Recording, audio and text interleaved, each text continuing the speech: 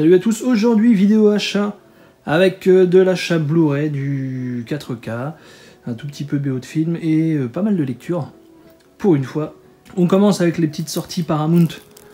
Bon, ça vole pas très haut mais c'est toujours sympa depuis le temps que ça devait sortir en BR ça. Donc Réussir ou mourir. Un flic à la maternelle d'Ivan Reitman. Joli cover. J'avais l'édition US avec VF. Donc là c'est exactement le même master. De toute façon je vois pas ce qu'ils peuvent faire de plus. Et clairement ça suffit quoi, c'est bon. Toujours pas regardé mais bon comme je le connais par cœur ça va quoi. Mais j'avais envie d'une édition française quoi. Puis celle-là est plutôt sympa. Collatéral en 4K. 4K plutôt sympa hormis la scène du générique. Ça me faisait un peu flipper parce que le BR, il y a un grain qui est voulu, mais qui est vraiment trop appuyé, hein, même sur le Blu-ray c'était abusé. Et là sur le 4K c'est beaucoup plus atténué, donc ça va, ça passe bien.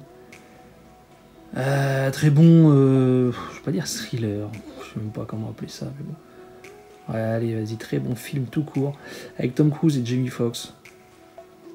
Et bonne 4K ça. Par contre toujours un problème avec le son sur les 4K.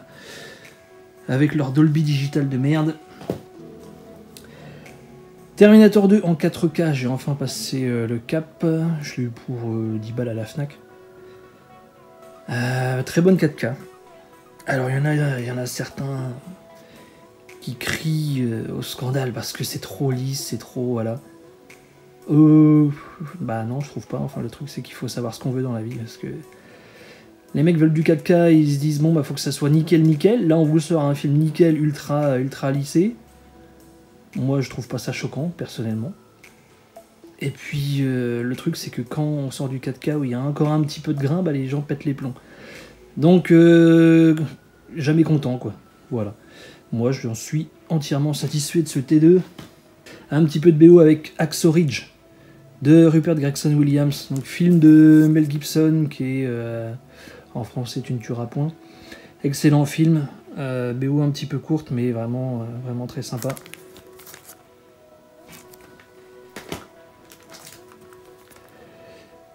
Braveheart, le complet, parce que sur celui de base, il y a uniquement 18 pistes. Là, il y en a 40, tout simplement. Et excellente, de bout en bout, de toute façon. Une perfection, cette BO. Le coffret Vares Sarabande de The Karate Kid, donc 1, 2, 3, 4 par Bill Conti. J'ai, comment dire, ouais, j'ai craqué, je l'ai trouvé à un bon prix, tout en sachant que j'avais déjà les 1, 2, 3, toujours chez Vares, donc c'est les mêmes CD.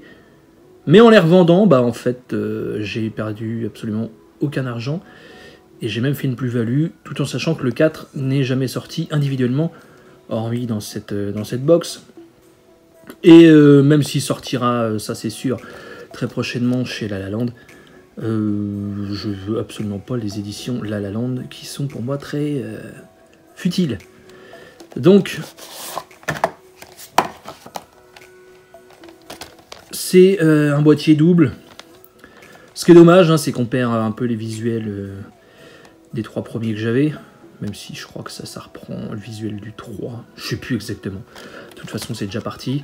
Voilà, tout simplement. Il y a tous les CD dedans. Avec un petit livret.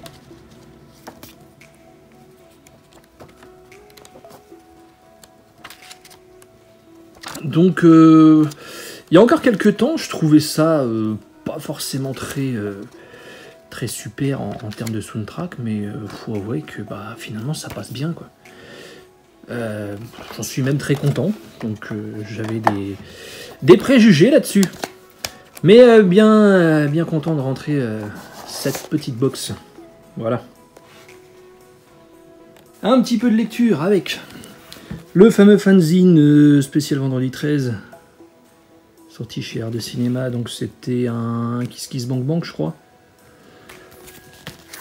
Je l'ai pas, je l'ai pas bouquiné parce que vous allez voir que j'en ai rentré encore quelques-uns bouquins. Donc chaque chose en son temps, mais pour un petit fanzine, bon, on voit pas trop comme ça, mais c'est plutôt pas dégueu quoi. Le taf est là, le taf est fait, et ouais, je pense que ça va être plutôt bon ça. Donc il y avait des petits goodies. Je vais vous montrer ça vite fait, le tout dans une petite pochette, c'est bien, ça permet de tout laisser. Donc stickers, magnets, je vais pas tous vous les montrer. C'est quoi ça? Pseudo carte postale, mais cool. Et puis ça quoi, voilà. Donc tout ça, c'est très sympa. Un livre que j'ai trouvé en cache sur Bruce Lee, donc une biographie illustrée que j'avais dans ma wishlist depuis un petit moment, qui est pas très cher hein, de base, qui est à 25 €, mais je l'ai eu en cash pour 10 balles, voilà. Donc évidemment j'ai sauté dessus. Il n'y a pas énormément de texte, mais j'ai dû lire ça en quoi, une demi-heure, 3/4 d'heure quoi. Mais il y a vraiment d'excellentes photos, c'est au moins ça. Puis pour le prix quoi, encore une fois c'est un truc que je voulais, donc moins on paye mieux c'est. Et puis il est en parfait état quoi, il est nickel, donc pas de souci là-dessus. Le bouquin L'art des films d'horreur, ça je suis retombé dessus en plus en Fnac il n'y a pas longtemps, plutôt balèze hein. Je sais plus ça coûte combien de base ça, voilà 30 balles, c'est pas excessivement cher, mais je l'ai eu en même temps que le Bruce Lee en cash, donc pour une fois qu'ils avaient quelque chose, j'ai pris. Donc bon, sur le cinéma fantastique, surtout. Je crois que ça part des années 30 jusqu'à presque nos jours, on va dire, puisque ça parle des sceaux, etc. quoi.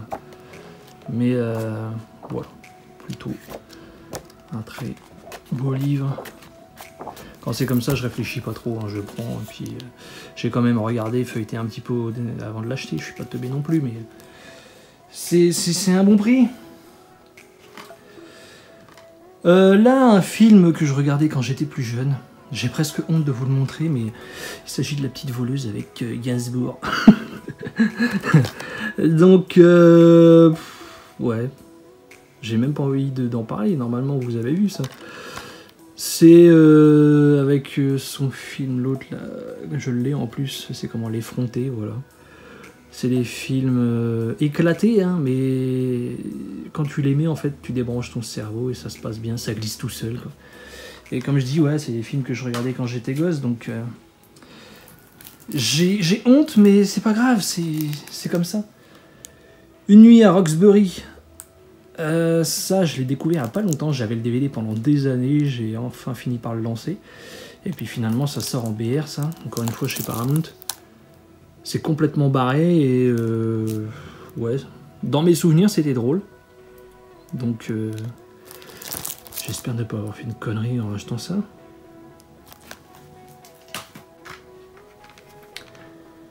Escape Plan d'Alex FS. Connais pas du tout le gars. La BO oubliable, vraiment oubliable, hein, c'est vraiment pas ouf, donc une pour la collègue Stallone, mais bon, c'est pas exceptionnel, tout comme celle-ci, la Oscar d'Elmer Bernstein, mais enfin de score il n'y en a pas vraiment beaucoup, donc pas envie d'en parler de celle-là non plus. Un petit peu de jeux vidéo avec ce RE8 Village. Très bon RE. Niveau histoire, c'est mieux que le 7, je trouve. Par contre, il est beaucoup plus dur. Mais et un peu plus long aussi, je crois. Je sais plus, bref, c'est kiff-kiff. Mais ouais, il y a beaucoup plus de contenu, en tout cas, dedans, à débloquer, etc. Beaucoup plus de choses à faire. Ce que je regrette juste, c'est la différence entre le mode normal et le mode hard.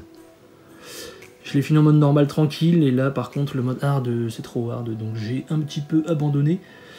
En même temps je l'ai rushé en une journée, et voilà, tranquille. Et pour aller avec, je me suis pris ce Resident Evil Génération. donc sorti chez Omake Books. Il existe en version collector qui est peut-être rigide, j'ai mal vu, mais là celui-ci je l'ai touché pour 8 € et quelques, sachant qu'il est à base à 20. Donc grâce au code promo et grâce à un chèque cadeau Fnac, ouais, je l'ai touché pour 8 balles. Et si je voulais le collector, il fallait que je le prenne sur le site directement. Ça m'aurait, j'aurais dû lâcher les frais de port et tout en plus. Donc bon, là j'ai une version souple. J'ai pas la cover, on va dire. On va dire qu'il y a une cover qui est très classe, hein, mais bon. Si c'est pour qu'elle soit défoncée, ça sert à rien. En général, les covers, c'est super fragile. Donc voilà. Donc ça reprend l'intégrale de la saga. Donc ça passe par, évidemment, les jeux vidéo, les films d'animation, les films live. Il y a même eu une comédie musicale. Il y a eu... bon, là, on passe sur les persos.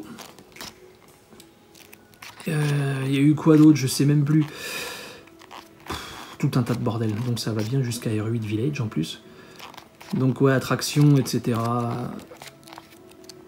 Ça m'a l'air d'être plutôt complet. Il y en a un autre qui va sortir très prochainement. Et je pense que je le prendrai aussi parce que je suis une merde. Mais voilà, c'est ce genre de livre que j'attendais sur la saga. Et c'est bien que ça sorte enfin en France. Planète Hurlante. Ouais.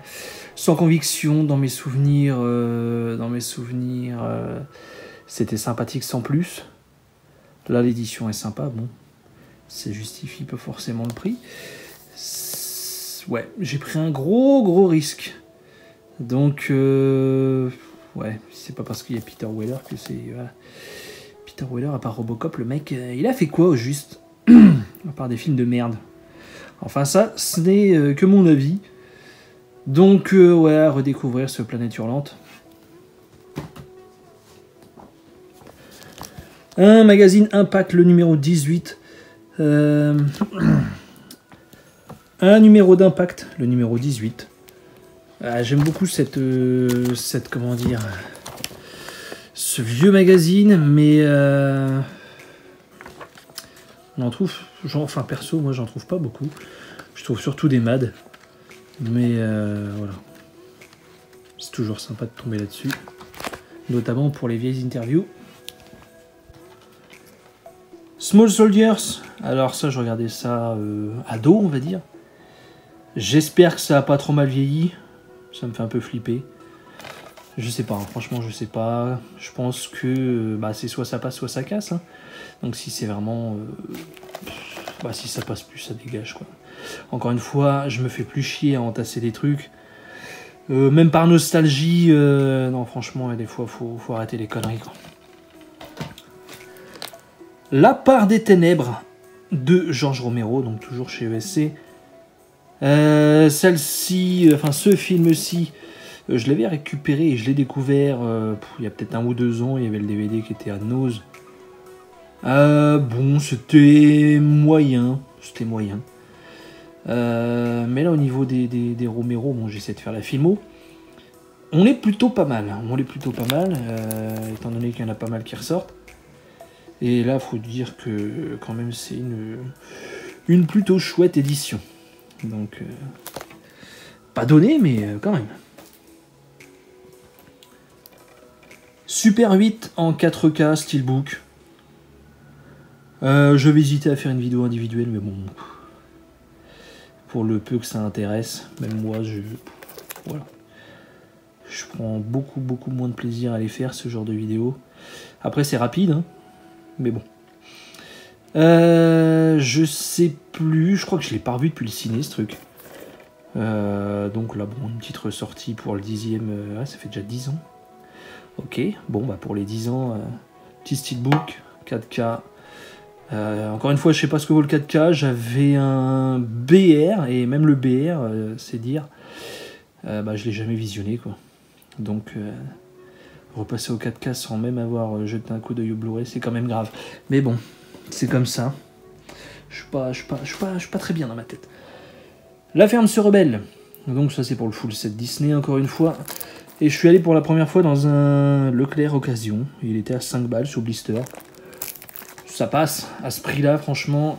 Assez surpris, ouais, sur certains certains titres, certains prix, surtout sur les Disney, étant donné que en cash d'habitude, même les DVD habituellement sont à 7-8 euros. Enfin, par chez moi, c'est comme ça. Hein. Là, tous les DVD Disney, ou presque, hors édition collector, qui était à quelques centimes ou quelques euros de plus, mais pas grand chose, ils étaient tous à 2 euros. Donc ça va. Ils se gaffent pas trop, et puis le BR, là, 5 balles, et la plupart, ils étaient à 5 euros. Dommage, j'avais tout le reste. Hors d'atteinte, film de Soderbergh avec George Clooney et Jennifer Lopez, dans une petite édition bien sympathique. Je sais pas qui fait ça.